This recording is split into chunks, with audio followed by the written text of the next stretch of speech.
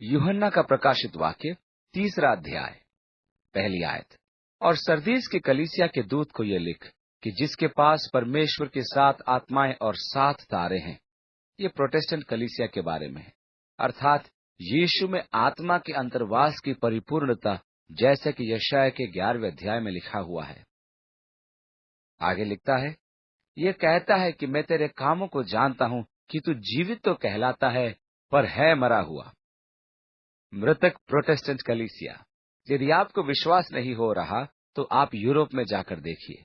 वहां ईसा पूर्व का वातावरण है, चारों ओर अंधकार ही अंधकार है। वहां कलीसिया मर चुकी है।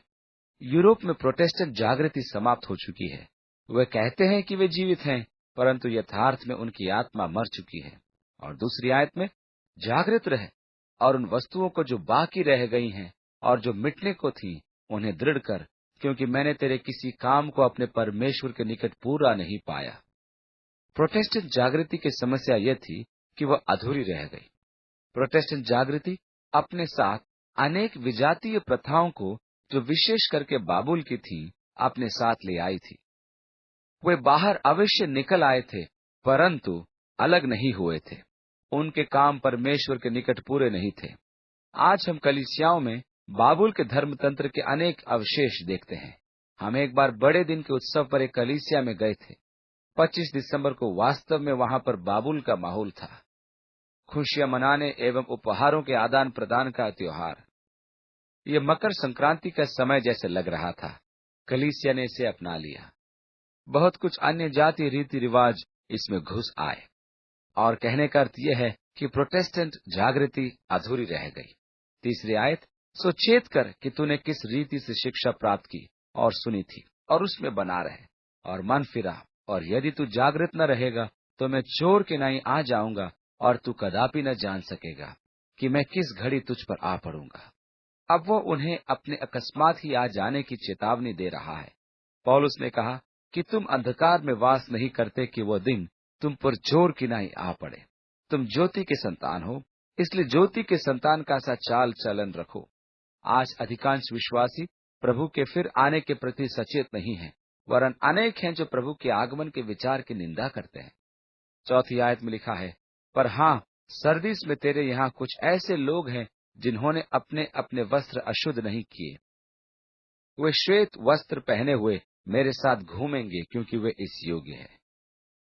परंतु प्रोटेस्टेंट जागृति में भी अनेक हैं जिन्होंने अपने वस्त्र शुद्ध रखे हैं और प्रभु के साथ पवित्रता का चाल चलन रखा है। वे योग्य मनुष्य हैं। 5वीं आयत में, जो जय पाए उसे इसी प्रकार श्वेत वस्त्र पहनाया जाएगा, और मैं उसका नाम जीवन की पुस्तक में से किसी रीति से न काटूंगा, पर उसका नाम अपने पिता और स्वर्गदूतों के सामने मान लूंगा। यीशु ने स्पष्ट कह दिया था कि जो कोई मनुष्य के आगे उसका इनकार करेगा, वो पिता के सामने उसका इनकार कर देगा, परंतु जो कोई मनुष्य के आगे उसका अंगीकार करेगा, उसका अंगीकार वह स्वर्गीय पिता के सामने अवश्य करेगा। मेरी यही आशा है कि अपने पिता के सामने वह मुझे स्वीकार करे। मेरी यह आशा है। यदि ऐसा नहीं हुआ तो मैं विनाश हुआ। मैं पिता के सामने उसे स्वीकार करूंगा, यीशु कहता है। 6ठी आयत, जिसके कान हो वह सुन ले कि आत्मा कलीसियाओं से क्या कहता है। अब यह फिलाडेल्फिया की कलीसिया को संदेश है। वे एक विश्वास योग्य शेषांश थे। वे परमेश्वर के वचन में अवस्थित थे।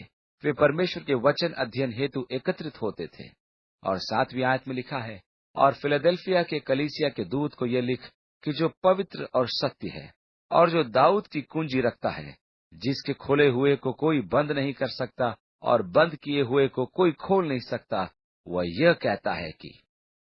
यहाँ पूरा वर्णन अध्याय 1 से लिया गया है, परंतु यह वर्णन अध्याय 1 का न होकर यशायाह के 22वें अध्याय से लिया गया है, जहाँ पद 21 में हम पढ़ते हैं, और उसकी कमर में तेरी पेटी कसकर बांधूंगा और तेरी प्रभुता उसके हाथ में दूंगा, और वह यरूशलेम के रहने वालों और यहूदा के घराने का पिता ठहरेगा, और मैं दाऊद के घराने की कुंजी उसके कंधे पर रखूंगा, और वह खोलेगा और कोई बंद न कर सकेगा, वो बंद करेगा और कोई खोल न सकेगा।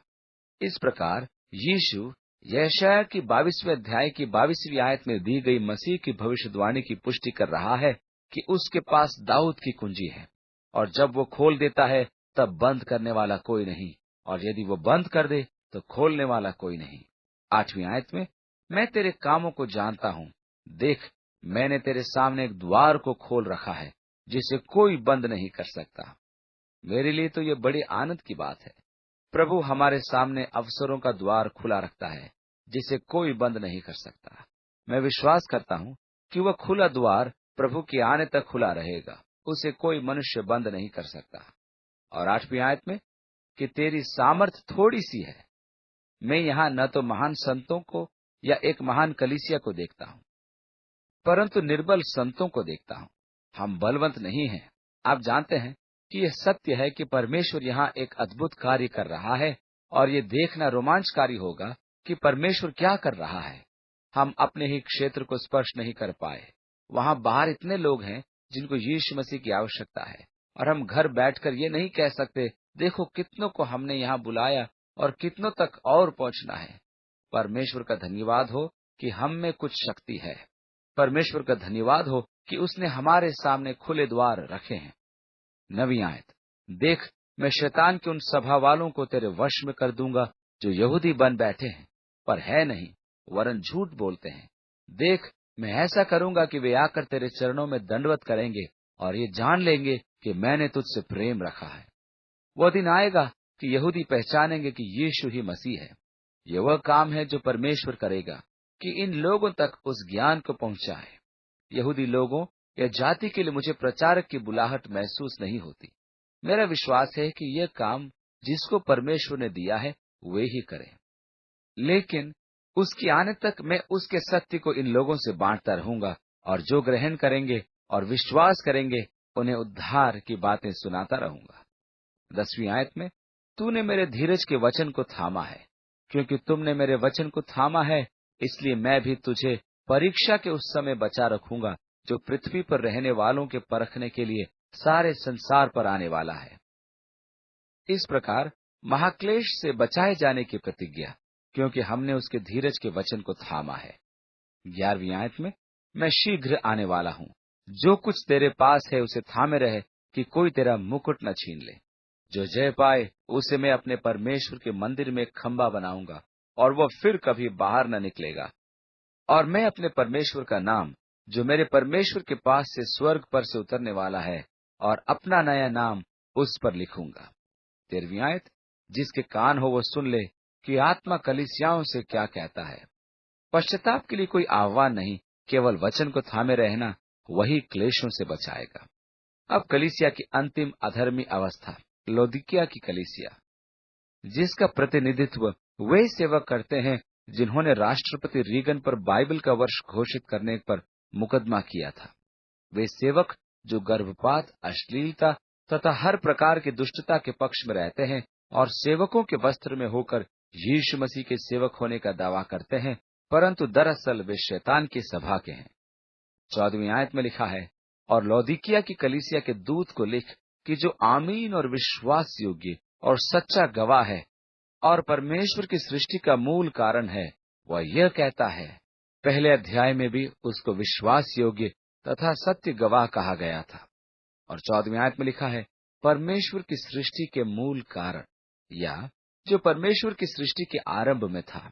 आदि में वचन था, और वचन परमेश्वर के साथ था, और सब वस्तुएं उसके द्वारा सृजी गईं। 15वीं आयत, कि मैं तेरे कामों को जानता हूँ कि तू न तो ठंडा है न गर्म। भला होता कि तू ठंडा या गर्म होता। सो इसलिए कि तू गुनगुना है और ठंडा है न गर्म, मैं तुझे अपने मुंह में से उगलने पर हूँ। कलीसिया की गंदी स्थिति। तू तो कहता है कि मैं धनी हूँ और धनवान हो गया हूँ, और मुझे किसी वस्तु की घटी नहीं, और यह नहीं जानता कि तू अभागा और तुच्छ और कंगाल और अंधा और नंगा है। देखिए कलीसिया कैसे स्वयं को देखती है और यीशु कैसे उसे देखता है। इसलिए मैं तुझे सम्मति देता हूँ कि आग में तपाया हुआ सोना मुझसे मोल ले कि धनी हो जाए, और श्वेत वस्त्र ले ले कि पहनकर तुझे अपने नंगेपन की लज्जा न हो, और अपनी आंखों में लगाने के लिए सूरमा ले कि तू देखने लगे। ये पवित्र आत्मा से है। और आगे, जितनों से मैं प्रेम करता हूँ, और इस दुखदायी अवस्था में भी वह कलीसिया से प्रेम करता है। मैं जिन जिन से प्रीति रखता हूँ उन सबको उलाहना व ताड़ना देता हूँ। इसलिए सरगर्म हो और मन फिरा। प्रभु कितना धीरज धरता है। हमारी अधर्मी दशा में भी वो हमसे प्रेम करता है। वह जितनों से प्रेम करता है उन्हें ताड़ना भी देता है। यदि प्रभु ने आपको ताड़ना दी है तो उसे धन्यवाद दें, क्योंकि यह उसके प्रेम का प्रदर्शन है। यदि परमेश्वर आपको उल्हाना देता है तो उसका धन्यवाद करें कि वह अपने बच्चे के समान आपसे प्रेम करता है। 20वीं आयत, देख मैं द्वार पर खड़ा खटखटाता हूँ। दरअसल कलीसिया ने मसीह को बाहर निकाल दिया है। यदि आप सर्वे आदि को पढ़ते हैं तो आप जानते हैं कि सचमुच ये भयानक है कि कितने हैं जो मसीह के ईश्वरत्व को नहीं मानते और न ही कुंवारी से जन्म को मानते हैं। वे नहीं मानते कि सचमुच में स्वर्ग और नरक है। करीब 50 से 60% लोग लगभग ऐसे हैं जो इन बातों पर विश्वास नहीं करते और वे अपने आप को मसीही कहते हैं। ये बड़े दुख की बात है। आपको अचंभा होगा, फिर वे सेवक क्यों हैं?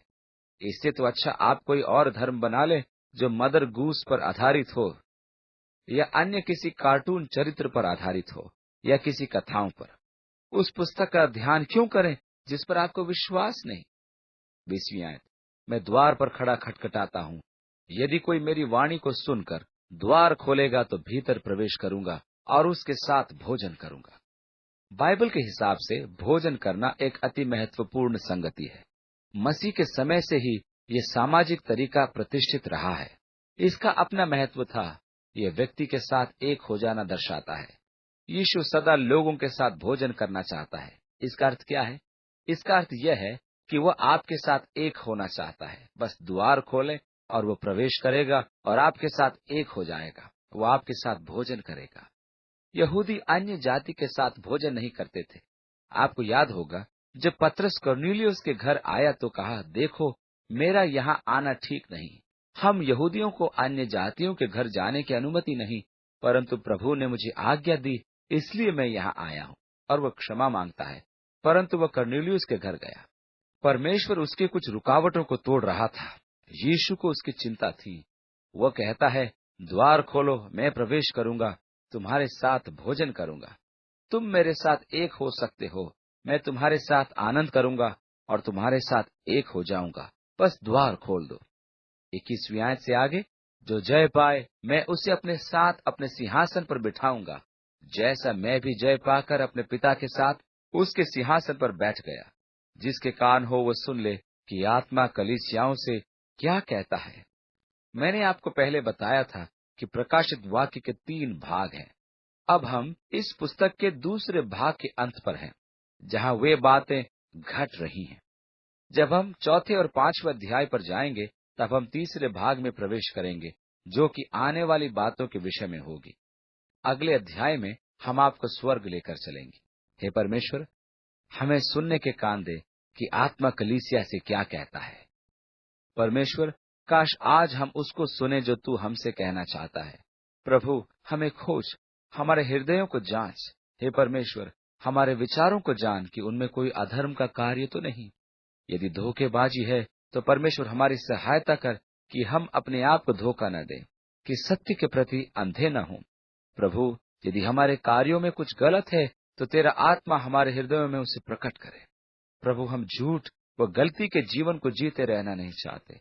हम तेरे सत्य को जानना चाहते हैं। तेरा वचन सत्य है।